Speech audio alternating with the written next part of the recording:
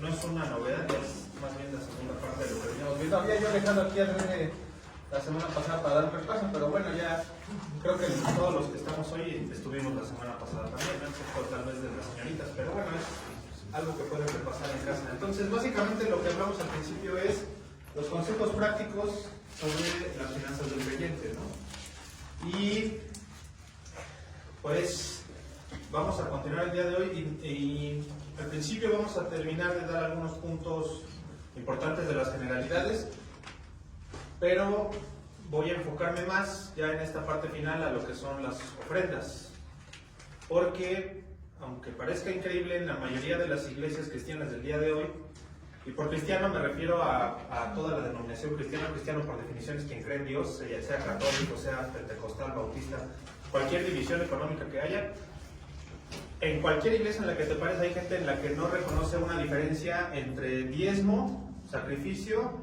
y ofrenda. Y entonces se aprovecha mucho el poder eclesiástico, por decirlo así, quien esté jerárquicamente arriba, llámese padrecito, llámese predicador, pastor o pseudopastor en este caso, porque entonces le dicen a la gente, bueno, vamos a pasar un alfolí que es específicamente para el diezmo. Y luego, no, pues ahora vamos a pasar un alfolí que es para la ofrenda. Y al final decía, por ejemplo, Fede, y lo decía muy bien, piden hasta la limosna, ¿no? También, y aparte tienen un bote especial para santos, ¿no? Y bueno, total que es un sacadero de dinero. ¿Por qué? Pues por ignorancia. Eso sucede con la complacencia de la ignorancia realmente. ¿Por qué? Porque no es en sí mismo que esté mal dar las cosas, pero ya hay, por ejemplo, hoy vamos a verlo, los efectos eclesiásticos de la iglesia de hoy, y por eclesiásticos me refiero al gobierno de la iglesia, ya no está institucionalizado, por ejemplo, el diezmo. Hay gente que pide diezmo, cuando el diezmo terminó en el Antiguo Testamento. Y eso es algo, para mi gusto, interesante. Pero antes de llegar a eso, bueno, les estoy dando como el preámbulo de lo que vamos a analizar el día de hoy. Vamos a hablar sobre la actitud, ese es el tercer punto. La semana pasada nos quedamos en el punto 2. Ahí es donde dejaron los tubos. Ay, no lo subí, si quieres. Bueno, la actitud hacia el dinero, el punto número 3. ¿Hay una actitud hacia el dinero? Sí. ¿Por qué? Bueno, ya más o menos habíamos hablado al respecto de eso. Que raíz de todos los males es el amor al dinero, y eso incluye los males físicos. Hay gente, y voy a poner de ejemplo por el trabajo de mi esposa. Como saben, creo que lo digo, la uso muy seguido de ejemplo, pero es una realidad. Muchos gerentes que están en posiciones similares a ella en las tiendas, cualquier tienda, grande, los jubila la vida, y dicho de otra manera, los jubila el trabajo. Porque es tanta la presión que tienen, que si ya se robaron esto, que si ya hay una merma, que si ya desfalcaron, que si las cuentas no dieron ese día, que si llegó un tráiler a medianoche o que se asaltaron. Pasan mil cosas, ¿no? En una tienda grande de conveniencia. Como ese trabajo puede haber muchos, ¿no? Un trabajo de ingeniería, un trabajo técnico, un trabajo de un contador, un trabajo... Tú ves a la gente cuando se está acabando por su trabajo, ¿no han visto cuando hay gente que tiene tanto amor al dinero, quiere guardar tanta riqueza, o le empieza a dar mucho gusto el dinero, que se empiezan a acabar? Y se empiezan en las entradas, ¿no? Empiezan a... Tú los ves, ¿cuántos años tienen? No, pues 30 y hoy, no manches, se ve más acabado, ¿no? El exceso de trabajo, a veces no es por amor al dinero, pero en la mayoría de los casos es por amor al dinero. Platicaba yo con Néstor hace un tiempo y él me decía, hay mucha gente que donde yo trabajo quiere sus horas extra porque se llega a llevar hasta 100,000 pesos para arriba al mes. Ganar 100,000 pesos al mes en México es de por sí complicado, ¿no? Pero hay gente que le gusta eso. Y yo me pregunto, ¿realmente necesitas 100,000 pesos para vivir bien al mes? Hay gente en México que vive hasta con 1,000 pesos a la semana. Porque sí los hay pobres muy pobres. Entonces, ahí ya es amor al dinero. Y entonces esa gente empieza a amar más al dinero que a su propia salud. ¿Y qué sucede? Se jubilan. Ellos solitos se jubilan de la vida. Entonces, debe haber una actitud hacia el dinero, precisamente porque si le empiezas a tener demasiado cariño, porque empiezas a quererlo, a desearlo, puedes llegar a la muerte. A raíz de todos los males es amor al dinero. Entonces, el principio es, lo que hagas con poco, vas a hacer con mucho. Lo que hagas con 100 pesos, lo vas a hacer con los 100,000 pesos que está, por ejemplo, ganando una persona así. Así como administras 100 pesos, vas a administrar millones. Si no puedes vivir correctamente con poquito, el Señor no te va a dar mucho. Ese es el principio. Entonces, número uno, lo que hagas con poco vas a hacer con mucho.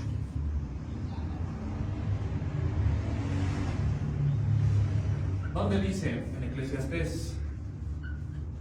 Lo que hagas con poco, harás con mucho. De hecho, el mismo Cristo dice, ¿no?, que un buen siervo fiel es fiel en lo poco y sobre mucho lo pone.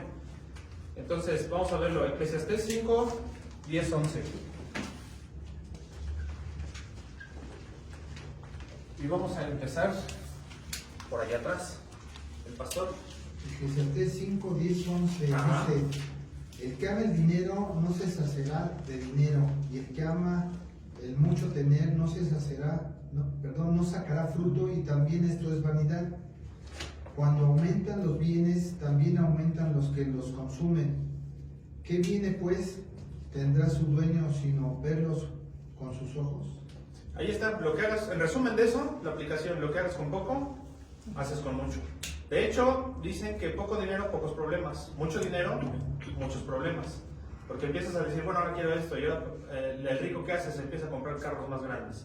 ¿Y qué sucede? Pagan más impuestos. Y entonces hay que sacar más dinero para más gasolina, para pagar esos impuestos en tiempo y forma. Hay que estarlo lavando constantemente, que esas piezas son más caras y se llega a descomponer, ocupa gasolina premium. Y así, entonces, si Dios nota que con poquito no puedes, no te da mucho. Y nos referimos en parte a lo que habíamos visto la semana pasada sobre la mayordomía que yo les explicaba. Entonces, un segundo punto. Si guardas de más, pecas también. El exceso de ahorro es malo también. Exceso de ahorro, malo. ¿Dónde dice? Bueno, Primera de Timoteo del 6 al 10. Primera de Timoteo del 6. Bueno, 6:10, perdón. Sí, no son 10 tantos capítulos, imagínense. Primera de Timoteo 6:10. ¿Qué quiere decir? Si guardas de más, pecas también, porque de hecho tendrías capacidad para ofrendar de más. Eso es lo que significa. ¿Ustedes creen? Elon Musk, creo que su fortuna ya está valuada en billones de dólares, o sea, en millones de dólares. Y hay, por otra parte, muchos países en crisis económica, incluyendo México, porque entre más dinero tenga una persona, menos derrama económica hay sobre los demás en algunas ocasiones. Porque como son muy multimillonarios y no quieren soltar su riqueza sino hacerla crecer más, es una esponja sin fin que empieza a guardar parte de la riqueza que en realidad debería de estar circulando entre todos. ¿Sí me explico? Entonces, entre más millonarios haya, estos son principios de economía básica, entre más millonarios haya en el mundo, aparentemente hay más derrama económica. No necesariamente es cierto. Lo contrario, es que el dinero es parecido a cualquier otro recurso, que entre más tenga una sola persona ese recurso, menos hay para los demás a la larga. ¿Sí me explico? ¿Qué pasa con el agua, por ejemplo? Si hay alguien que gasta demasiada agua y tiene con qué pagarla, se le da prioridad a eso, ¿no? Lo mismo la electricidad. En un país es más fácil quitarle la electricidad a un pueblo que quitársela a Monterrey, que produce dinero. ¿Sí me explico? Entonces el dinero es igual. Cada vez que hay un rico, exageradamente rico, por decir un Elon Musk, que es, creo yo, el mejor ejemplo, que tiene el Producto Interno Bruto como de 10 o 20 países juntos en su bolsa, podría operar perfectamente un país durante muchos años con su dinero, pero aún así no lo suelta. Es egoísmo, es pecado, porque tiene el dinero para mil y un cosas, pero lo principal para el Evangelio, y sin embargo no lo está utilizando para el Evangelio, y no lo va a utilizar, tampoco se trata de eso, pero no es lo correcto. ¿Qué dice Dice, porque raíz de todos los males es el amor al dinero, el cual, codiciando algunos, se extraviaron de la fe y fueron traspasados de muchos dolores. Poquito atrás, desde el 6, ¿qué nos dice? Pero gran ganancia es la piedad acompañada de contentamiento, porque nada hemos traído a este mundo y sin duda nada podremos sacar. Así que, teniendo sustento y abrigo, estemos contentos con esto, porque los que quieren enriquecerse caen en tentación y lazo, y en muchas codicias necias y dañosas, que hunden a los hombres en destrucción y perdición. Porque raíz de todos los males es el amor al dinero, el cual, codiciando algunos, se extravieron de la fe y fueron traspasados de muchos dolores. Entonces, si guardas de más por ese amor al dinero de que lo estás produciendo y no lo utilizas en algo verdaderamente útil, en el caso de que seas cristiano, lo más probable es que el Señor te corte ese flujo económico. ¿Qué sucede cuando Dios corta el flujo económico en una casa que venía siendo bendecida? Bueno, es porque no lo estás administrando bien. Es como cualquier otro pecado. ¿Qué hace Dios con el pecado en general? A un borracho, ¿qué le da? Cirrosis. Y es la única manera en la que Dios le puede quitar ese pecado. A alguien que ve pornografía en exceso, por ejemplo, que de por sí, o sea, es malísimo, ¿no? Pero ¿qué hace el Señor con esa persona? De tanto estar viendo televisión en general, puede quedarse ciego. ¿Qué hace con una persona glotona? Un infarto, una diabetes. O sea, Dios detiene los pecados del hombre generalmente de tajo. ¿Qué pasa con una persona avara o que no sabe usar su dinero? ¿Qué hace Dios? Lo mismo, lo corta de tajo. Una buena manera de caer en pobreza es ganar mucho dinero y demostrarle a Dios que no estás capacitado para administrarlo. Parece redundante, pero todo nos lleva a eso, precisamente porque a raíz de todos los males es amor al dinero. Entonces, tú puedes tener poco dinero y no amarlo. Hay gente que tiene poco dinero y no lo ama. O puedes tener mucho dinero y no amarlo, y viceversa. Puedes tener poquito y amarlo demasiado y no querer gastar. Hay gente que trae 100 pesos y no se los quiere gastar, y se le antoja un chocolate y no se lo compra. Hablábamos, por ejemplo, ayer tuvimos oportunidad de comer en casa de Néstor y Lupita, y hablábamos de gente que no sabe vivir. O sea, ganan mucho. Hay gente al revés, ¿no? Que también gana mucho dinero, pero no gasta en absolutamente nada. Eso también es malo. Es el mismo principio. Puedes tener mucho y no amar el dinero, o puedes tener poco y amarlo demasiado. ¿Sí me explico? Eso es igual de malo. Ahora, otro principio que hay que tener en cuanto a actitud hacia el dinero: no comprar por locura. ¿La Biblia lo dice? Sí, no comprar por locura. El viernes negro, no. Básicamente algo así es a lo mismo. Sí. ¿Sí han visto en Estados Unidos eso, el Black Friday? Sí. Que en México se intentó hacer algo similar, pero no estamos ni cerca de hacer algo así, que es el Buen Fin. No comprar por locura. ¿En serio? ¿En serio diría algo así la Biblia? Sí, Proverbios 21:5. Y va la hermanita. Proverbios 21:5.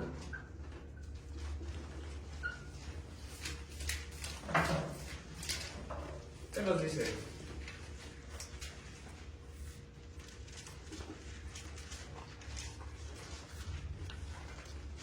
Los pensamientos del diligente ciertamente tienen a la abundancia, mas todo el que apresura alocadamente de cierto va a la pobreza. Ahí, el resumen es eso. Quien alocadamente se apresura a las cosas, ¿a dónde va? Dice Proverbios. La pobreza. Tú ves, por eso es bien interesante cuando va uno a las plazas comerciales o va uno al centro, sobre todo al centro, ¿no? Que aparenta ser barato, pero es el mismo principio. Vas, codicias, quieres todo, y si traes el dinero suficiente, te lo gastas. La mayoría de la gente no tiene autocontrol. O vas al centro de cualquier ciudad y como ahí está todo barato, ropa, bisutería, zapatos, lo que tú gustes, vas, codicias, y ¿qué es lo primero que haces? Si traes tarjeta, más peligroso aún, porque no solamente te vas a acabar lo que traes, sino que vas a endeudarte más. ¿Y qué sucede? Te sobregiras. La Biblia advierte, ¿eso a dónde te va a llevar? A la pobreza. ¿Y es castigo de Dios?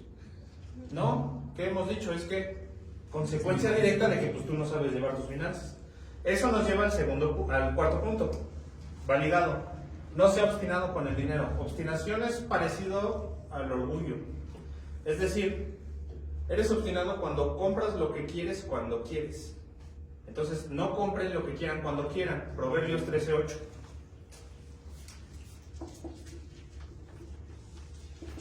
Y ahora le toca a esta nena, ¿cómo te llamas? Se me fue tu nombre, es ¿verdad? Sí.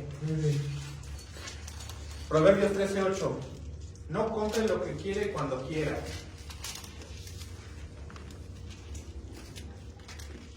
¿Qué nos dice? El rescate de la vida del hombre está en sus riquezas, pero el pobre no oye censuras. ¿Alguien trae una versión diferente?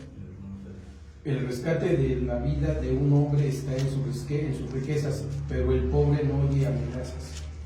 Entonces, ¿cómo se aplica eso? Si lo leen con cuidado, ¿a qué está enfocado? No es que el pobre sea sordo, es una figura poética. Recuerden que Proverbios en parte es poético.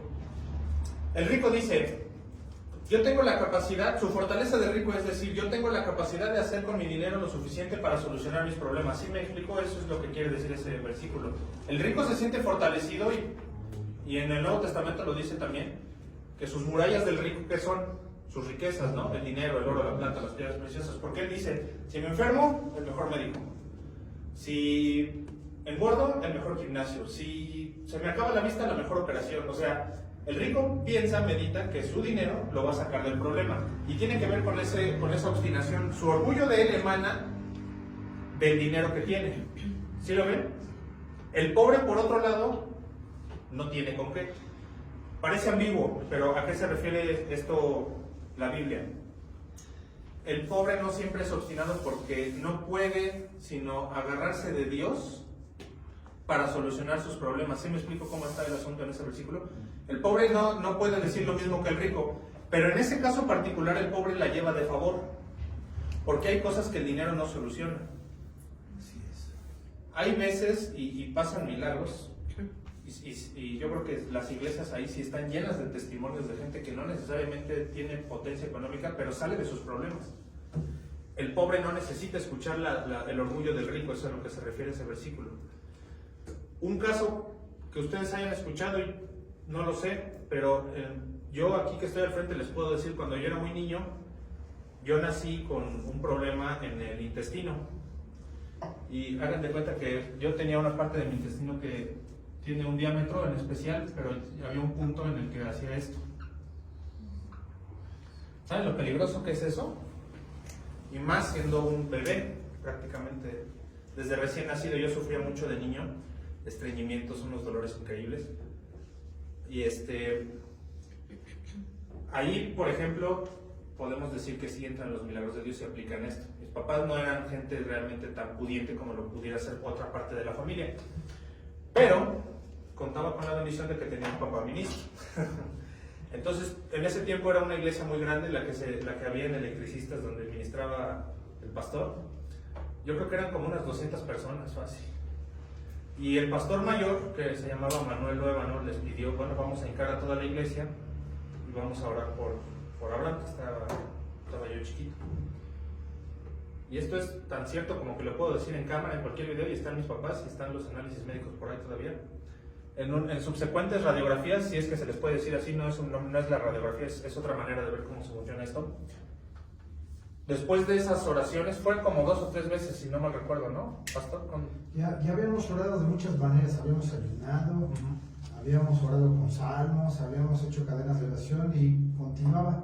Hasta que ya el pastor dice, bueno, pues que se hinque toda la iglesia va a orar y vamos a pedirle a Dios que Él lo sane, y si es su voluntad que lo sane, y si no, pues que busquen una operación, que nos dé los medios. Y así fue. Y no hubo operación. Por increíble que suene, médicamente lo que sucedió es que se compuso.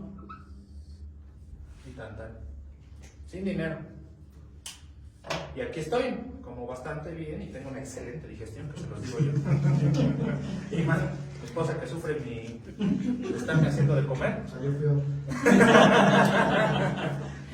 Entonces, la fortaleza del rico es su dinero. Nuestra fortaleza es Cristo. Esto no lo soluciona el dinero. Un papá, un hijo enfermo a medianoche que pasa algo en un pueblo en medio de la nada, solamente Dios puede hacer las cosas. Y que sí las hace hasta nuestros días. Testimonio personal. Esto es verídico. Me pasó a mí. Y en la iglesia en la que se paren, debe haber alguien, mínimo una persona que tenga algo que en su salud hubo un punto en el que lo daban por muerto, pero no era así. Al final Dios lo rescató, porque todos los hombres tenemos una misión por la cual Dios nos trajo al mundo. Todos. Aunque sea hablarle a una sola persona, así sea algo tan sencillo como un alma, puede ser que una persona viva lo suficiente nada más para predicarle en un momento dado a esa persona en específico y después de eso muera. Así son los planes de Dios. Nuestra fortaleza entonces no es el dinero, no sean obstinados con el dinero, no venga orgullo el día de mañana que el Señor nos puede dar de 1000 y un lugares. Y probablemente este estudio se los estoy dando sin querer, porque son diosualidades. A lo mejor algún hermano está a punto de recibir una bendición económica muy grande, quien sea. Cuando llegue ese momento, traigan a su mente este salmo. Que su fortaleza no sea ese dinero que empiecen a ganar. Por X o Y, les puede pegar un negocio, pueden empezar a vender Betterware, pueden ser 1000 cosas. Hay gente que hasta se gana la lotería, ¿no? Porque Dios es poderoso, les puede dar dinero de cualquier manera. Prepárense para eso, no sean obstinados con el dinero. ¿Sale? Siguiente. No te satisfagas en exceso personalmente. No te satisfagas en exceso personalmente. No lo voy a escribir todo porque es mucho y me voy a tardar, pero si lo están anotando así, no se satisfaga en exceso personalmente. ¿Dónde dice? Proverbios 23-21. Y ahora sí, le va a mi hermano Víctor. ¿Qué nos dice, Víctor? Dice, porque el bebedor y el comilón empobrecerán, y el sueño hará vestir vestidos rotos.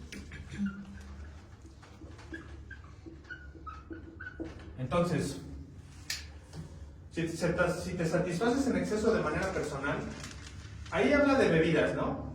Pero puede ser cualquier cosa. Puedes comprar, te puede gustar la ropa, te pueden gustar los zapatos, que suele ser el caso de las mujeres, te puede gustar la comida, te puede gustar, ejemplo de ahí, el vino, lo que tú gustes. Pero si te empiezas a comprar de más cosas que realmente no necesitas, hay gente que tiene un guardarropa tan grande que no, aunque usara una playera al día y un pantalón diferente al día y un par de zapatos diferentes al día, en un mes no se acaban sus combinaciones.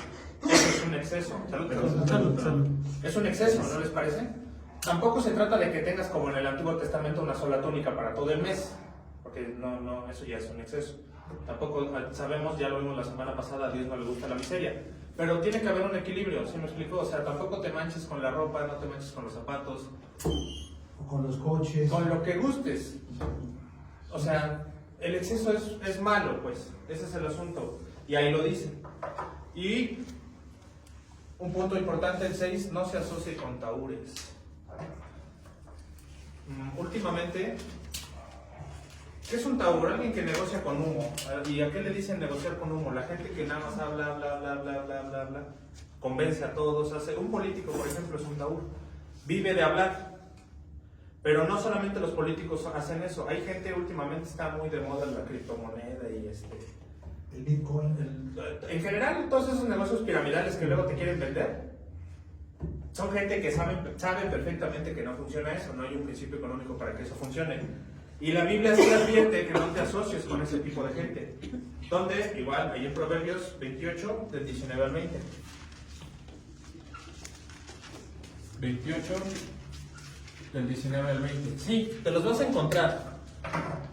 El que llega y te dice, no, que invierte en Bitcoin 1000 pesos y te van a redituar 35,000. Así de la nada, ¿no? Sin hacer nada. O sea, sí es cierto que existen las inversiones, pero ninguna inversión. Oigan, pues si el CETES directo del gobierno te da nada más como el 12% anual, que ya es de por sí excesivo, y eso anual, ¿cómo creen que un rendimiento de 1000 pesos me va a dar 35,000? O sea, estamos hablando del 350%, ¿no? Entonces, ¿es matemáticamente posible eso? Puede ser, pero entonces le están robando a alguien para darle a otra persona ese dinero, ¿no? De que estás saliendo estafado a alguien, estás saliendo estafado a alguien. Entonces, y es gente que tiene labia, que habla, que se mueve, que te mueve las manos y te invita a un café, oye, vente para acá, y que no, máster, esto y lo otro. Y las redes sociales últimamente están llenas de esos perdedores, que son chamitos que no quieren estudiar, pero que les empiezan a ver, yo puedo estafar gente, tengo esa capacidad de estafar gente, y empiezan a vender ese humo, porque así se les llama, ¿no? Los vende humo. Siempre los ha habido en toda la historia de la humanidad. ¿Qué nos dice la Biblia? ¿Qué nos advierte? El que labra su tierra se saciará de pan, mas el que sigue a los ociosos se llenará de pobreza. El hombre de verdad tendrá muchas bendiciones, mas el que se apresura a enriquecerse no será sin culpa. Más claro en el agua. No se aloquen cuando vean a alguien que llega y les dice, vamos a enriquecernos así con este negocio, yo lo traigo aquí, yo lo traigo acá, tengo este contacto, esto y lo otro. Suele ser en el 99.9% de los casos mentira. Y ese 0.001% que se salva, tal vez sea entre familias, y aún así se corre un riesgo muy alto, no se apresuren a enriquecerse. Ahí lo dice la Biblia, y no te asocies por lo tanto con gente que vende humo, porque llueven últimamente de esos. Pues simplemente los de la lotería, ¿no? Ya de entrada. De que ese es el ganador, pues, porque no te lo quedas tú, ¿no? Puede haber de esos miles de negocios, pero los que más caen son los menores de edad, porque hay mucho estafador de esos en TikTok, sobre todo he notado últimamente. Ahora está muy de moda algo que se llaman billetes G5, no sé si han oído hablar de eso, que son imitaciones exactitas de cómo son los billetes reales. Son imitaciones así que pasan si tú metes al cajero ese billete falso, te lo acepta.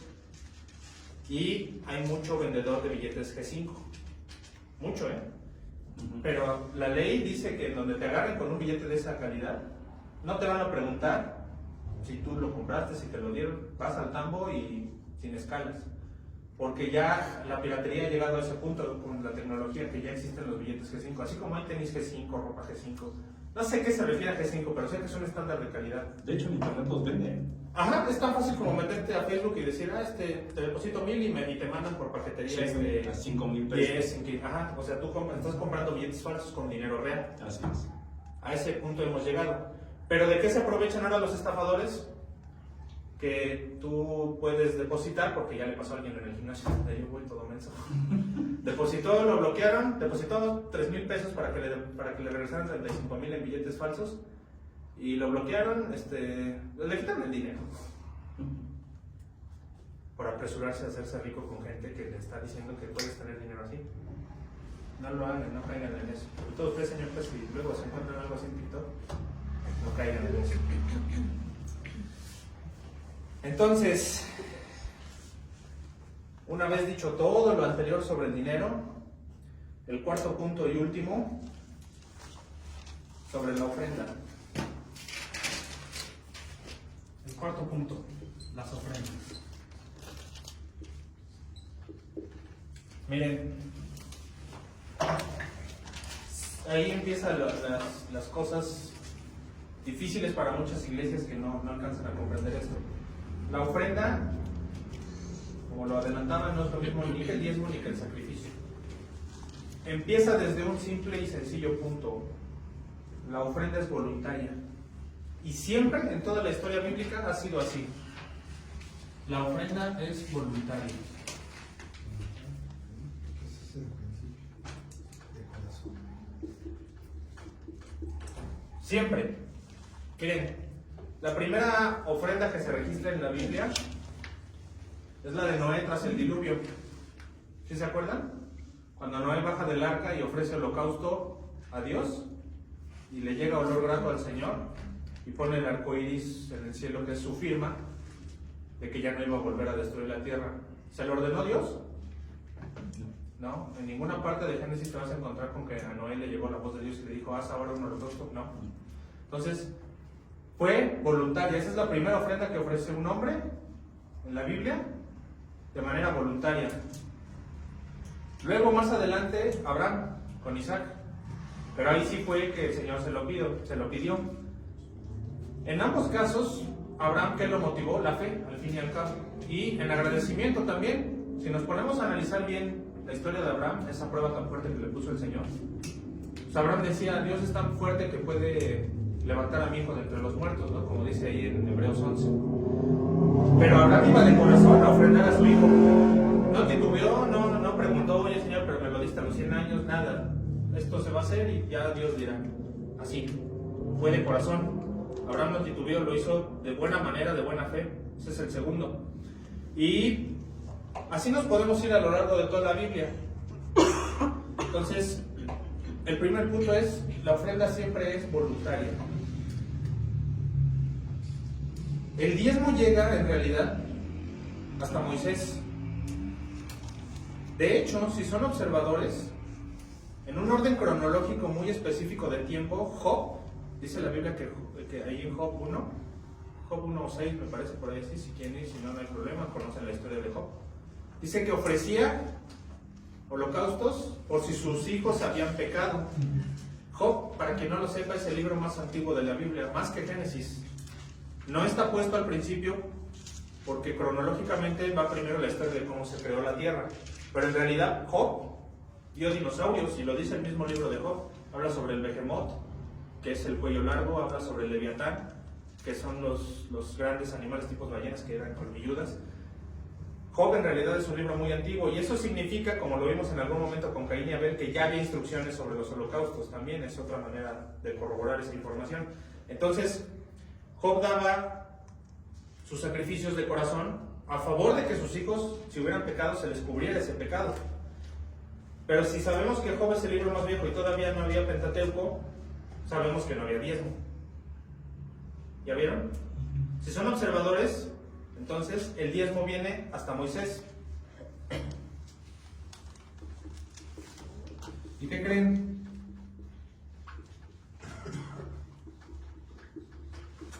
Lo voy a poner así, viene con la ley en general. ¿Por qué? Porque la ley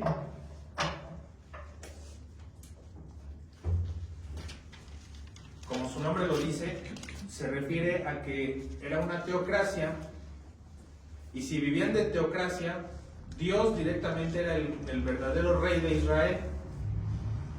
Hasta después, como el pastor nos dio un estudio sobre el consejo de un rey, me parece que sí le tituló, ¿se acuerdan? Que decía que un día Israel iba a querer un rey sobre ellos. Hasta ese punto, desde Moisés hasta ese punto, Dios había gobernado directamente a través de los profetas.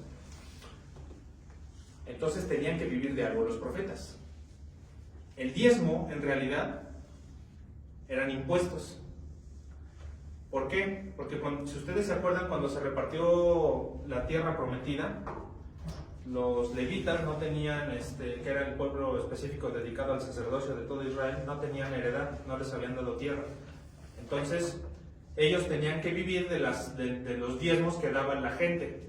Y el diezmo, en parte, sí se lo estaban dando de alguna manera a Dios, porque si ellos estaban al frente eclesiásticamente de todo el pueblo, claro que al estar bendiciendo a sus jerarcas eclesiásticos, estaban dándole bendición a Dios, ¿no? Le estaban dando sustento a quienes hablaban de Dios. Por esa razón es que Dios se los tomaba en cuenta. Pero más que nada era una orden para que pudieran vivir a gusto las personas que se dedicaban a esto, porque estaban 100% específicamente en razón. ¿Qué pasó? Estaban 100% en razón de vivir la vida como Dios la quería y compartir con el pueblo. ¿Sale? Entonces, ¿dónde hubo un primer diezmo? En Génesis 18:22. Y hay un dato interesante. Génesis 18:22. ¿Qué nos dice Néstor? Génesis 18:22. Vamos a hablar del primer diezmo. Antes del Pentateuco hubo un diezmo, sí, el de Jacob. Ok, dice, y se apartaron de allí los varones y fueron hacia Sodoma, pero Abraham estaba aún delante de Jehová. ¿18:22? Sí, 18:22. A lo mejor me equivoqué, 22:18. Si ya me quedó, si pasa. 22:18. Leo el 22:18. Ajá, a ver qué. Dice, en tu simiente serán benditas todas las naciones de la tierra, por cuanto obedeciste mi voz. Entonces es más adelante. Perdón, ahorita los dos. Sí. 28. A ver, el 28:22. Aquí está, mira. Recuerden, eso es cuando Jacob. Sí, lo escribí mal, no es 18, es 28:22. Ok. Dice, y esta piedra que he puesto por señal será casa de Dios, y de todo lo que me dieres el diezmo apartaré para ti. Dos cosas. Este es, digamos, el primer diezmo, aunque no estaba la ley, pero más que un diezmo, ¿qué es? Un voto. Es Jacob. Acuérdense de la historia de Jacob, que se peleó con Dios toda la noche. En eso culmina. En el 20 dice, e hizo Jacob voto, diciendo, si fuere Dios conmigo y me guardare en este viaje en que voy y me diere pan para comer y vestido para vestir, y si volviere en paz a casa de mi padre, Jehová será mi Dios, y esta piedra que he puesto por señal será casa de Dios, y de todo lo que me dieres, el diezmo apartaré para ti. Más que un primer diezmo, en realidad fue un voto. ¿Por qué toco ese punto? Porque no va a faltar el día de mañana que ustedes compartan con alguien acerca de esto, no va a faltar quien les diga, es que aquí ya había diezmos antes de la ley. No, Particularmente este de Jacob era un voto, ¿sale? Y también no fue indicado por Dios, fue libre, igual voluntario. ¿Sí lo ven? Sí. No es que Dios se lo haya exigido, también fue voluntario. No necesitó una orden de Dios. Ahora, la ofrenda nunca es, ni ha sido, ni será obligatoria, pero hay un candado. Dios dice, ¿no quieres dar? Órale. Tampoco es a fuerzas. ¿Cuál es el candado? Que representa bendición. En cualquier parte que te pares de la Biblia, y ahorita lo vamos a ver, representa bendición. Si no ofrendas por un largo periodo de tiempo, pecas y vienen maldiciones de Dios por robarle. Así de drástico, ¿sí? ¿Dónde dice? Ya en Malaquías 3, del 8 al 12. Le toca a Lupita.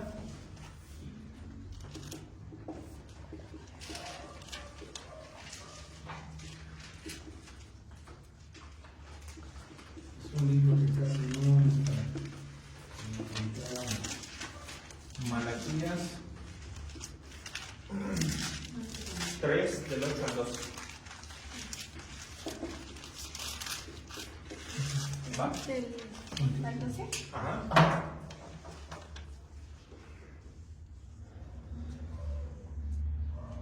¿Qué nos dice? ¿Robará el hombre a Dios? Pues vosotros me habréis robado y dijisteis, ¿en qué te hemos robado? En vuestro diezmo y ofrendas.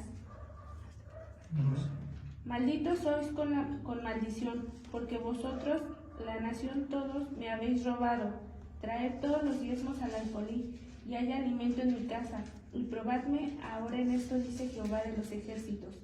Si no, os abriré las puertas de los cielos y derramaré sobre vosotros bendiciones hasta que sobreabunden. Reprenderé también por vosotros al devorador, y no os destruirá el fruto de la tierra, ni vuestra vida en el campo, seréis estéril, dice Jehová de los ejércitos. Y todas las naciones os dirán, bienaventurados, porque seréis tierra deseable, dice Jehová de los ejércitos. Entonces, ahí habla sobre diezmos, hablando en parte también de las ofrendas. Nadie ya daba nada, estaban en una dispersión total en la que ya les interesaba un cacahuate de la ley de Dios en esos tiempos. Y por lo tanto, la forma de gobierno, a través de los levitas y de los sacerdotes, no comían o andaban pues cabalgando bajo, ¿no? Como decimos hoy en día. ¿Por qué? Porque el pueblo no quería cumplir con sus obligaciones fiscales ni tampoco con las ofrendas. Y entonces al final, ¿qué es eso en esencia? Es robo. Robarle a Dios, no darle, o sea, de por sí hablábamos de esto al principio, ¿no? Todo es de Dios, eso incluye el dinero. Entonces, si tú no le das a Dios lo que le corresponde, ok, la ofrenda es voluntaria. El candado es que si tú no das, le estás robando a Dios porque en realidad es de Él. ¿Sí lo ven? Tú puedes dar poquito o mucho, no importa, el chiste es que des, porque de algo ha de servir para la iglesia y para las funciones de la iglesia. Pero si dejas de dar por completo, caes en pecado de robo, y ahí está escrito. Aunque sea Antiguo Testamento, ahorita vamos a ver cómo se rescata eso en el Nuevo Testamento. Entonces, en realidad el diezmo son los impuestos para sostener la forma de gobierno, y antiguamente no solo se podía dar dinero, ¿se acuerdan que también se podían dar animales, vacas, chivos? Porque al final del día el dinero, ¿para qué se ocupaba? Pues para comprar comida, ¿no? Entonces, ¿ahorita es válido eso? No, ya no. O sea, tú lo puedes dar de buena fe y ok, se tomaría como ofrenda, pero lo mejor sería ya darlo en esencia, porque la iglesia moderna pues ha cambiado, ya no necesitamos darle de comer, por ejemplo, a vagabundos y eso, sería algo bueno, pero digamos es más de bendición en esencia lo que está ocupando la iglesia que llegar con una vaca, ¿no? Porque también sería complicado hoy en día. ¿Sí me explico? Entonces, ya no aplica eso de llegar con gallinas y eso, sino aquí le vamos a llenar a Néstor el patio de atrás y va a haber quejas de los vecinos. Entonces, la ofrenda, eso me lleva al siguiente punto, la ofrenda debe de ser de excelente actitud. Si das un peso, pero lo das con una excelente actitud, a Dios le da lo mismo que si hubieras dado $1,000 millones. La ofrenda debe ser de excelente actitud.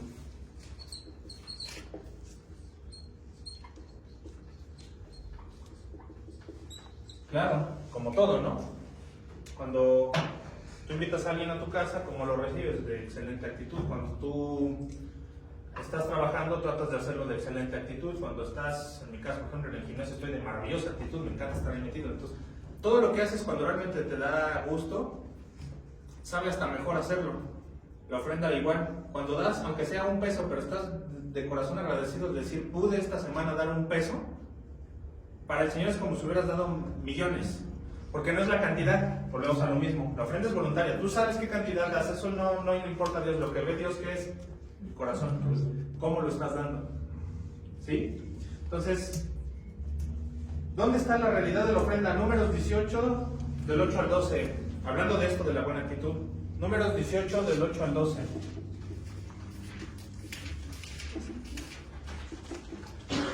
¿Qué dice Fede? Del 12 al Del 8, 18, del 8 al 12. del 8. Entonces el Señor habló a Aarón: yo te he dado el cuidado de mis ofrendas. Todas las cosas consagradas de los israelitas te las he dado a ti como porción y a tus hijos como provisión perpetua. Esto será tuyo de las ofrendas santísimas preservadas del fuego. Toda ofrenda de ellos, aun toda ofrenda de cereal, y toda ofrenda por el pescado, y toda ofrenda por la culpa que ellos me han de presentar, será santísima para ti y para tus hijos. Como ofrenda santísima la comerás, todo varón la comerá, cosa santa será para ti. Esto también será para ti la ofrenda de sus dádivas. Todas las ofrendas mecidas de los israelitas las he dado para ti, a tus hijos y a tus hijos contigo, como porción perpetua. Todo el que esté limpio en tu casa podrá comerla. Ahí está, ¿no? Ahí ya habla de ofrendas. ¿Cómo es que la debe de recibir tanto el sacerdote, en este caso los pastores, como cómo es que lo da el hermano? ¿Qué es lo que está dando esa gente? Como dice ahí, lo mejor, lo más hermoso, lo mejor y lo de mejor gusto. ¿Sí lo ven? Le estaban dando y Dios le está diciendo, ustedes van a tener lo mejor. Ve las ofrendas santísimas, de hecho les llama, la ofrenda es santísima, no santa, santísima. Y la gente que la da con ese buen gusto vive en esa realidad de que está dando lo más hermoso de sí. Ya habíamos hablado en clases anteriores precisamente sobre lo que pasó con Caín y Abel, ¿no? Entonces, es peligroso no darlas de gusto. Proverbios 3, del 9 al 10, le toca a mi esposa. Por favor, Caín. Proverbios, ahí está, 3, del 9 al 10.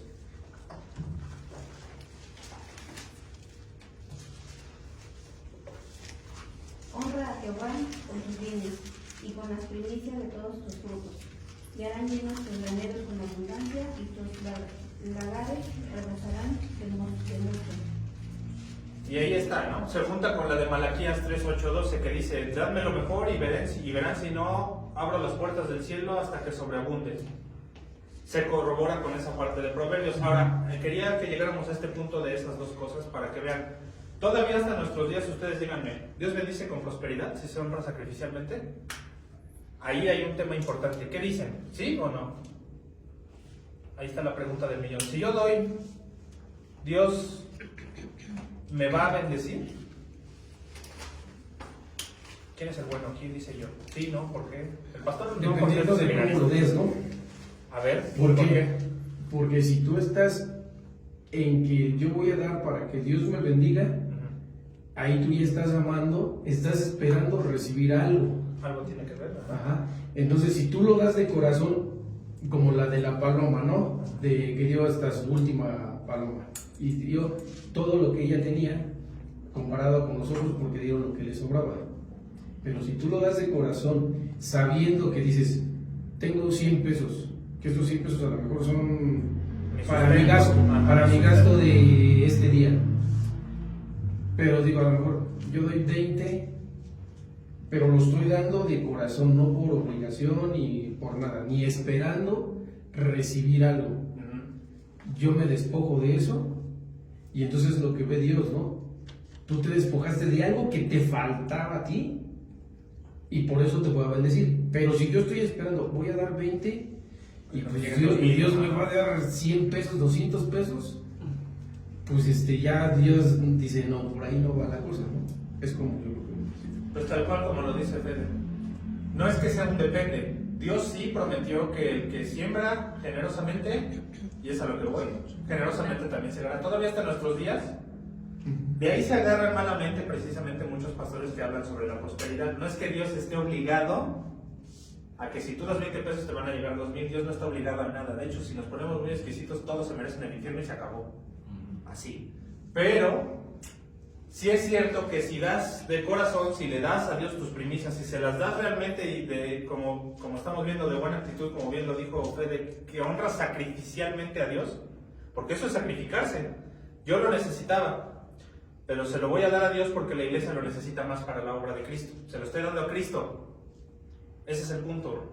Tú en lo que te enfocas cuando das ofrenda, voluntariamente, no es para el pastor, no es en sí para el edificio, no es para algo tangible que tú veas con tus ojos. Al final del camino, el que está atrás de todo en la iglesia, ¿quién es? El sumo sacerdote, que es ¿quién? Cristo. Es cristocéntrico este asunto. Cuando tú en tu mente oras y le das gracias a Dios y tú estás como si tuvieras a Cristo enfrente y le dijeras, Señor, esto te pertenece, qué diferente es a que llegues y digas, voy a dar 2,000 para que me caigan 20,000, ¿no? ¿Eso está bien? Pues no, porque es lo mismo que acá. Te quieres apresurar a hacerte rico. Ahí el Señor dice, pues no te doy nada. ¿Sí lo ven? Entonces, es sacrificial y pensando y sintiendo que es para Cristo. Si tú tuvieras la oportunidad de tener a Cristo enfrente, ¿no te daría gusto hincarte y decirle, Señor, lo que traigas, aunque te quedes en chones, todo es tuyo? A ese grado, esa es la ofrenda. Que tú sepas que se lo estás dando a Dios como si lo tuvieras tangiblemente aquí enfrente. No es que lo tengas enfrente. De hecho, es mejor aún, lo tienes ¿en dónde? En el corazón, a través del Espíritu Santo. Eso es lo que la gente pierde de vista. Que quieren nada más la parte como somos humanos, lo vemos desde el punto de vista de un negocio, como bien lo dices. No es así. Es pensar que estás honrando a Cristo como si lo tuvieras enfrente. Así. Es, creo yo, la mejor forma de explicarlo. Sí ven la diferencia entre una cosa y otra, ¿no? Entonces, si tuvieras a Cristo enfrente, ¿le darías lo peor o le harías una mala cara? O sea, tú imagínate, no podrías soportar su santidad de entrada, ¿no? Pero si en un supuesto hipotético tuvieras oportunidad de hablar con Dios como hablamos nosotros, ¿a poco le dirías, bueno, o sea, traigo 3 baros, a ver? Pues si no le estás haciendo un favor, ¿no? ¿Tú te darías eso o realmente le darías lo que te sobra al Señor si lo tuvieras enfrente? Oye, pues si todo le pertenece, ¿cómo sacas? ¿De dónde, no? O sea, se necesitan las agallas de un tiranosaurio para decirle así al Señor, ¿no? Pues ahí va a ver qué da. Si le das las obras a Dios, ¿qué te espera de Dios? Las obras, lo peor. Por tu mala actitud. Y Dios lo ve con aborrecimiento. Si das lo que, pues ahí está. Ahí está en Malaquías, lo acabamos de leer. Ustedes me dan las obras. Están malditos, me están robando. Miren, aquí hay un punto teológico bien interesante. ¿Dios puede ser tentado? No. Ya. Los de escuelita dominical rápido, no. Sí, porque está la maestra, ¿no? Pero Dios no puede ser tentado. ¿Estás de acuerdo? Ya no es escuelita, es escuelota, pero ¿hay algo en lo que se puede tentar a Dios de alguna manera? Sí, ¿en qué? En la ofrenda. Lo acabamos de leer. Probadme en esto ahora, dice el Señor, y sigue siendo igual de válido. Se rescata en el Nuevo Testamento. Ya no lo dice como un reto el Señor, pero ¿cómo lo dice? El que siembra escasamente, escasamente segará. Tú no puedes tener unas 20,000 hectáreas de terreno y poner poquito semilla y esperar que se llenen las 20,000 hectáreas de todos los frutos, ¿no? ¿Se puede eso? Hasta matemáticamente es lógico eso. Tú no puedes tener un jardín muy grande y querer todo lleno de rosas y nada más plantar 2. ¿Eso se puede? Tú no puedes esperar que tu ofrenda crezca en el servicio del Señor, ni ver bendición en la iglesia, y por supuesto que Dios te bendiga en tu vida, primero con gracia, que es el perdón de los pecados, y segundo, tal vez, muy probablemente, está escrito con abundancia económica, si das miserias. Es el mismo principio Antiguo y Nuevo Testamento, ¿eh? Dios no puede ser tentado en nada, salvo en las ofrendas, y siempre funciona. ¿No me creen? Hagan la prueba. Jálenle a ver si Dios miente. ¿Ustedes creen que Dios va a mentir en algo tan drástico como eso? Dios dice, no me creen, pruébenme, así abiertamente, que si no les voy a dar hasta que sobreabunde. Los judíos dicen, la traducción real es basta, hasta que digan que basta. Para poder decir basta necesitas estar hastiado, llegar al punto en el que, bueno, no sé qué hacer con tanto. Si yo quiero cereal, se me echa a perder aquí porque tengo demasiado. Si yo quiero leche, tengo toneladas, o sea. Y no necesariamente habla de una riqueza de ser multimillonario, ¿eh? A veces pasa que Dios te bendice tanto que tienes que tirar a veces hasta comida porque dices, no me la acabé, tenía demasiado de esto, tenía demasiado del otro, y tienes que decirle al Señor que basta, ya no necesito tanto. Y sí pasa. Muy bien por las de escuelita dominical, por cierto, que sí la maestra está. Ya pasaron el examen. Entonces, sí pusieron atención. Está prometido hasta nuestros días que si honra sacrificialmente a Dios, Dios bendice con prosperidad. De corazón, porque el que siembra escasamente también segará. Ahora, otra forma de dar ofrenda. Hay veces que la iglesia no lo necesita. Hay pastores que ganan dinero a raudales. ¿Los han visto? Por estafa, por lo que tú quieras. Algunos no, algunos sí hablan correctamente de Cristo, pero tienen mucho dinero. Hay pastores conocidos que tienen salarios de 30 a 40 mil pesos en iglesias grandes del seminario también. Hay pastores que les va excelentemente bien, que la iglesia tiene para sostener a sus ministros de manera maravillosa, y tienen carro, y tienen casas, y tienen sus iglesias gigantescas. Perfecto, hay hermanos pudientes. ¿Necesita más ahí el Señor? ¿Dónde es otro lugar en donde es válido dar la ofrenda? ¿A quién? A los pobres. El que da el alimento y bebida, Exacto. le das a Dios. Lo mismo, es el mismo principio. ¿Se lo estás dando a quién? A Cristo. Particularmente Cristo dice, el que le da a uno de mis hijos que está desnudo, hambriento, a mí me presta.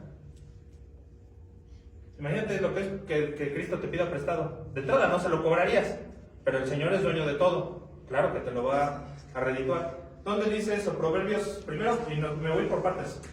Proverbios 11, 24 al 25. Entonces, el siguiente punto. La ofrenda es válida si se da a los pobres.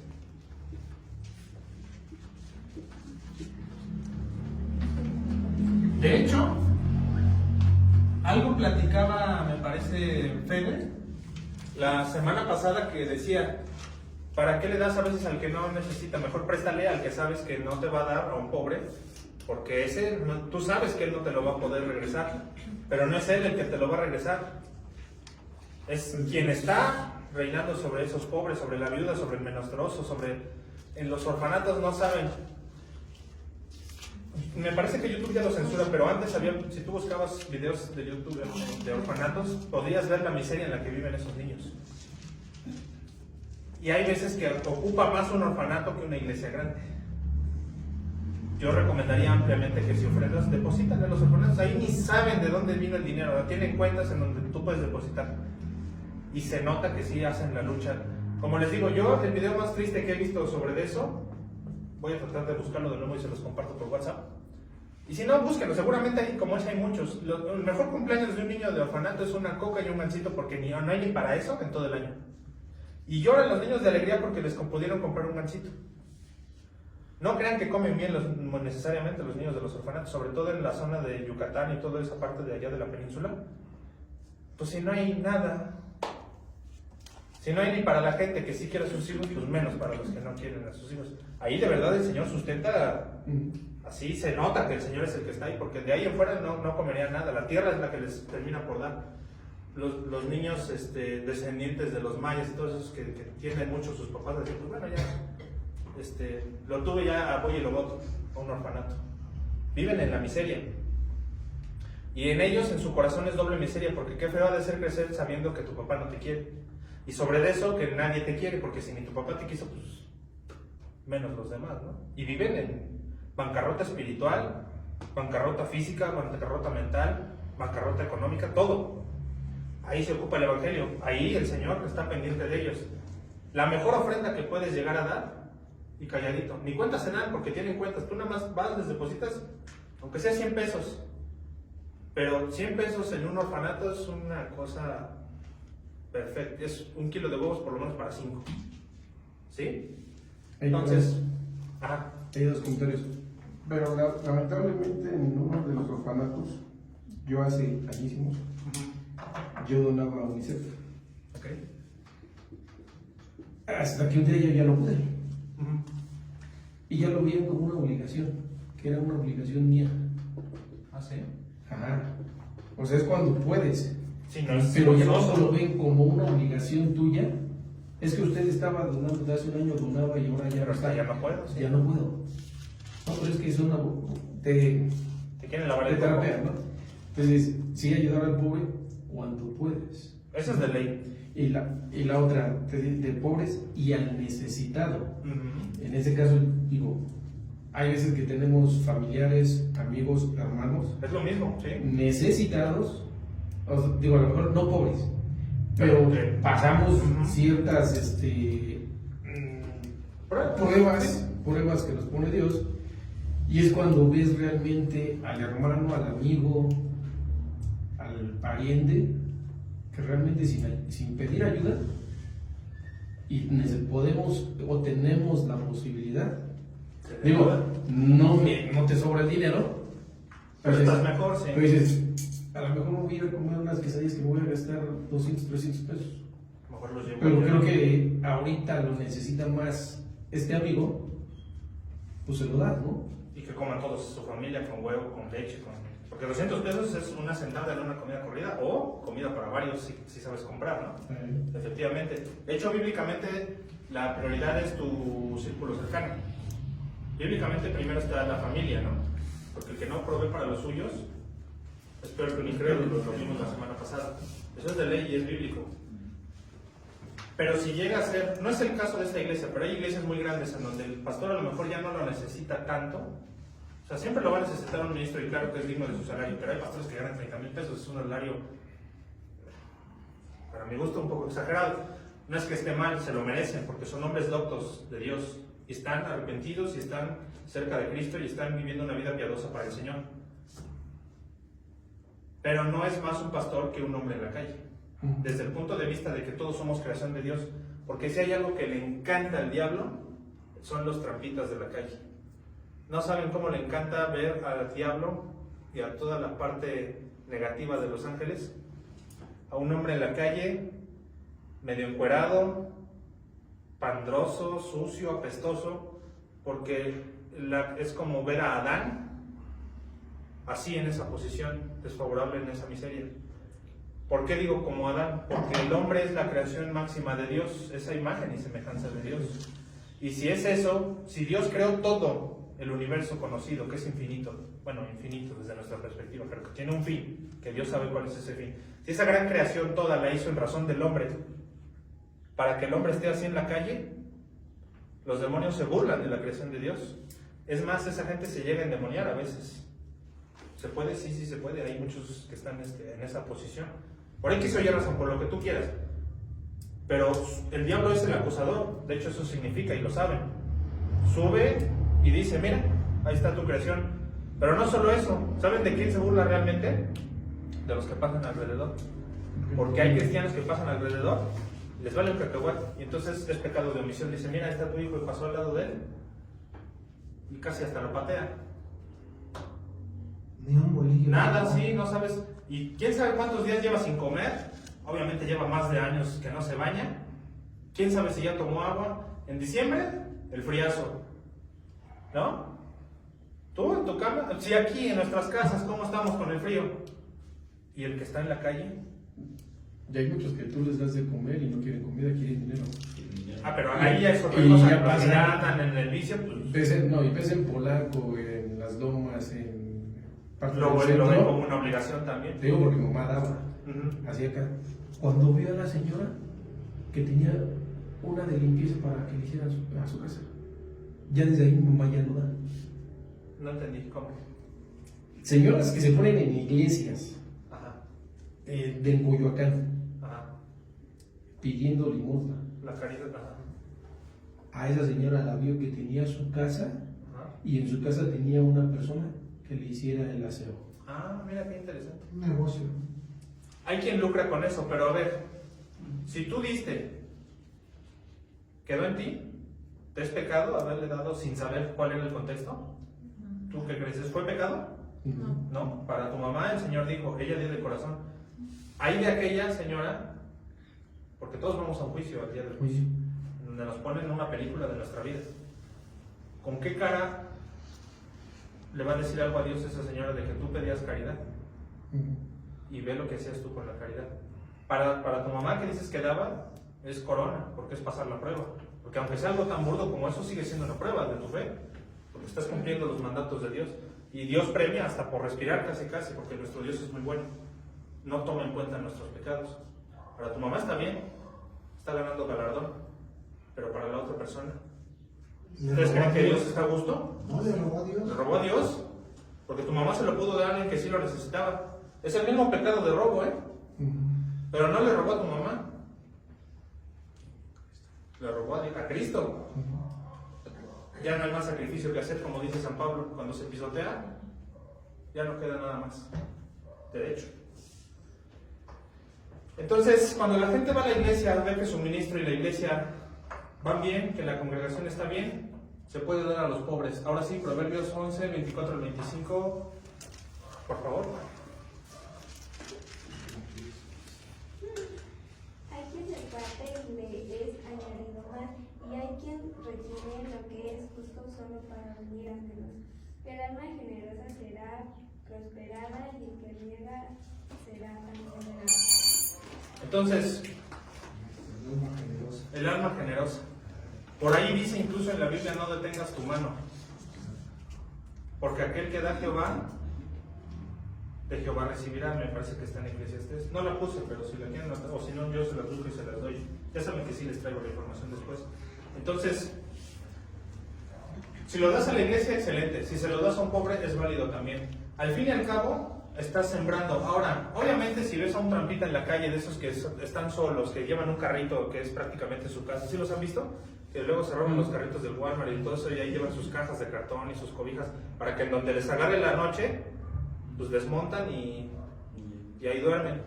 Obviamente uno de esos no creo que tenga una señora de limpieza. Esos son la gente que sí lo ocupa, porque es criatura de Dios. Como una planta, si riegas tu jardín para cuidar las plantas, pues más deberíamos cuidar de otros seres humanos. Lo correcto sería, Dios a veces pone pobres más que nada por pruebas hacia la gente que conoce estas cosas.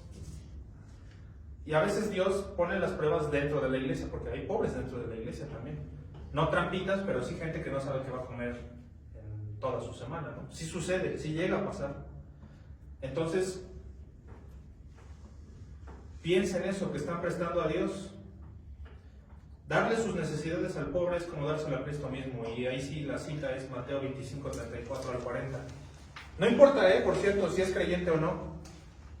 No importa, Cristo no lo dejó como ligado a o dependiendo de. No, te dice tú da, pero sí tienes la obligación de predicarle, si es que está cuerdo, ¿no? Porque sí hay transitas endemoniados, eso es otro tema, pero Mateo 25, 34, 40. Mateo 25, del 34 al 40, hermanita. Entonces el rey dirá a los de su derecha: vengan benditos de mi Padre, hereden el reino preparado para ustedes desde la fundación del mundo, porque tuve hambre y ustedes me dieron de comer, tuve sed y me dieron de beber, fui extranjero y me recibieron, estaba desnudo y me vistieron, enfermo y me vistieron, en la cárcel y vinieron a mí. Entonces los justos le responderán diciendo: Señor, ¿cuándo te vimos hambriento y te dimos de comer, o sediento y te dimos de beber? ¿Y cuándo te vimos como extranjero y te recibimos, o desnudo y te vestimos? ¿Cuándo te vimos enfermo o en la cárcel y vinimos a ti? El rey les responderá: en verdad les digo que en cuanto lo hicieron a uno de estos hermanos míos, a uno de los más pequeños, a mí lo hicieron. Si tú ves a un pobre en la calle, es Cristo. Míralo con esa misericordia, ni siquiera con misericordia, con ese gozo. Tú deberías estar persiguiendo a los pobres. Si tienes lana, no lo digo por vanagloria ni mucho menos para ensalzar a nadie, pero hay veces que se ponen, hay una niña que está malita, Oye, estaba... y su mamá pide constantemente porque la señora pues, no tiene nada, vive aquí en Héroes. Hay veces que yo, una vez no la vi, pero mi esposa me dijo, me regresé, porque es la mejor de las oportunidades. Si no traes dinero, todavía mejor. Sacrificial y de buen corazón, no porque esperes recibir, sino porque es la mejor oportunidad de decir, aquí estoy, Señor. Aquí está Cristo. Y tuve la oportunidad, en algún momento pasé en moto y hablé con su mamá y también la invité para acá. Pero no tiene ni para venir para acá. Y también venir con la niña en silla de ruedas hasta acá, pues sí está... No es que esté lejos, Héroes. Pero o va y pide o viene a la iglesia, ¿no? O alguien va por ella. Entonces, ahí es donde entra la iglesia. ¿Sí lo ven? Y a lo mejor está en la iglesia, tú solito, y no tienes que decírselo a nadie. Ahorita lo usé de ejemplo, y a lo mejor ya no me es válido darle a ella porque ya lo usé de ejemplo, porque debe de ser callado. Que no se entere tu mano izquierda lo que hace tu mano derecha. Pero no importa, el asunto es ese. Si ves a un pobre, de veras, casi persíguelo. Y si no tienes, si tienes oportunidad de darle, lo acabamos de leer, aquí está. Y respondiendo el rey les dirá, de cierto os digo que en cuanto lo hiciste a uno de estos mis hermanos más pequeños, a mí me lo hiciste. Esta niña tiene como polio y tiene como retraso. Se le ve en su carita que está deforme y aparte tiene un problema, ¿no? Está como mal, o sea, hinchada de arriba y polio, vamos, no puede ni hablar. Y la señora ya está grande, o sea, ¿qué hace? El marido la abandonó. Aparte, por cierto. O sea, está en desgracia. Y no es la única, en México abundan. Ahí está Cristo. ¿Quieres demostrar verdadero testimonio?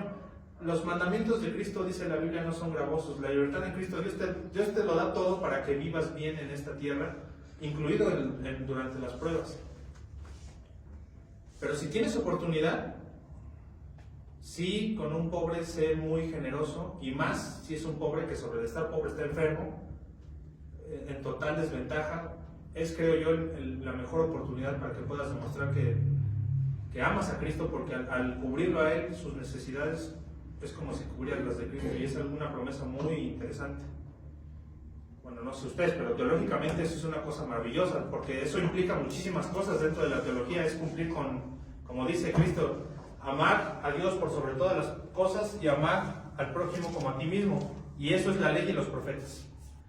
Te ahorras las 613 leyes. Hacer eso es cumplir ese acto de bondad, de decir, ¿sabes qué? Te veo mal, estás desvalido, yo te echo la mano, neta, no hay bronca. Ya ni, aunque Dios no me quiera dar, pero porque te veo mal te voy a echar la mano. Es la ley y los profetas. Todo el gran libro que es la Biblia, ya lo cumpliste. En una acción, ¿eh? Y para Dios es muy significativo, porque Dios no ve lo malo en nosotros, Dios ve lo bueno, y eso es muy bueno. Cumples todo, de tajo, así.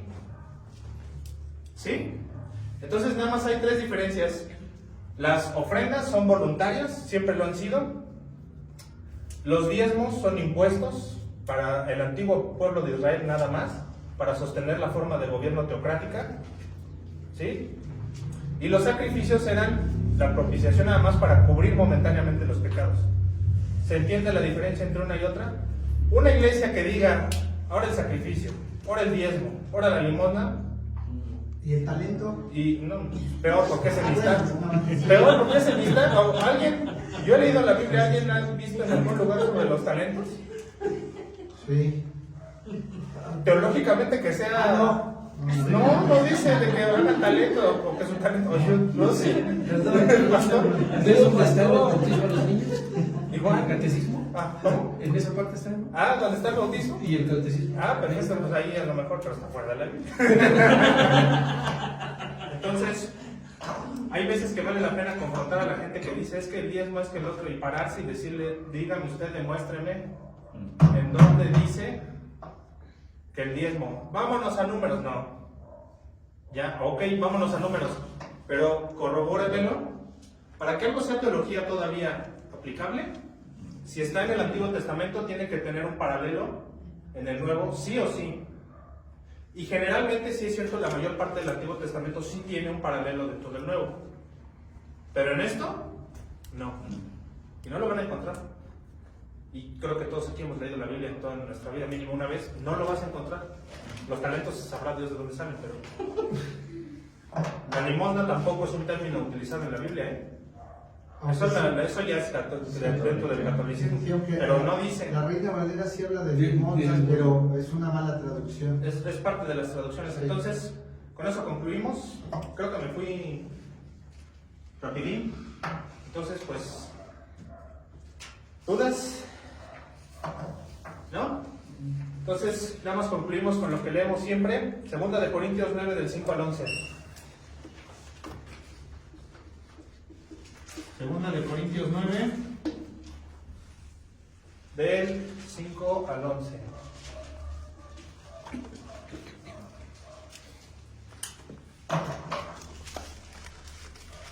Ahí está qué usos tiene la ofrenda, cuál es la medida de la bendición y cómo se debe de administrar, todo en un solo verso. Segunda de Corintios, lo leemos siempre. Segunda de Corintios 9, del 5 al 11. ¿Quién gusta leerlo? El que sea, no hay problema. Por tanto, tuve por necesario exhortar a los hermanos que fuesen primero a vosotros y preparasen primero vuestra generosidad antes prometida, para que esté lista como de generosidad y no como de exigencia nuestra. Pero esto digo, que el que siembra escasamente también segará escasamente, y el que siembra generosamente, generosamente también segará. Cada uno dé como propuso en su corazón, no con tristeza ni por necesidad, porque Dios ama al dador alegre. Y poderoso es Dios para hacer que abunden en vosotros toda gracia, a fin de que temiendo siempre en todas las cosas todo lo suficiente, abundéis para toda buena obra. Como está escrito, repartió, dio a los pobres, su justicia permanece para siempre, y el que da semilla al que siembra y pan al que come, proveerá y multiplicará vuestra sementera y aumentarán los frutos de vuestra justicia, para que estéis enriquecidos en todo para toda liberalidad, la cual produce por medio de nosotros acción de gracias a Dios.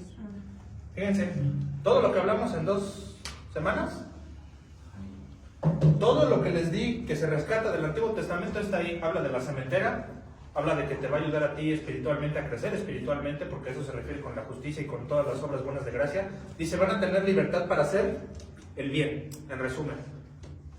¿Cómo lo puedes hacer? Con buen capital. Cuando Dios le da a un hermano todo lo necesario para hacer el bien, es porque tiene la capacidad de ayudar a otros de sus propias bolsas, a veces sin que se lo pidan. ¿Sí lo ven? Ahí está. Y haciendo eso, Dios de todas maneras le va a dar más, porque ahí está escrito, está prometido. El que siembra escasamente, escasamente también segará. Y proveerá Dios para toda buena obra, dice ahí, para toda buena obra. Incluso las que son de omisión. No pequen de omisión si tienen la oportunidad de ayudar. ¿Sale? ¿Dudas? ¿No están ahí los hombres? Están adentro. Ah,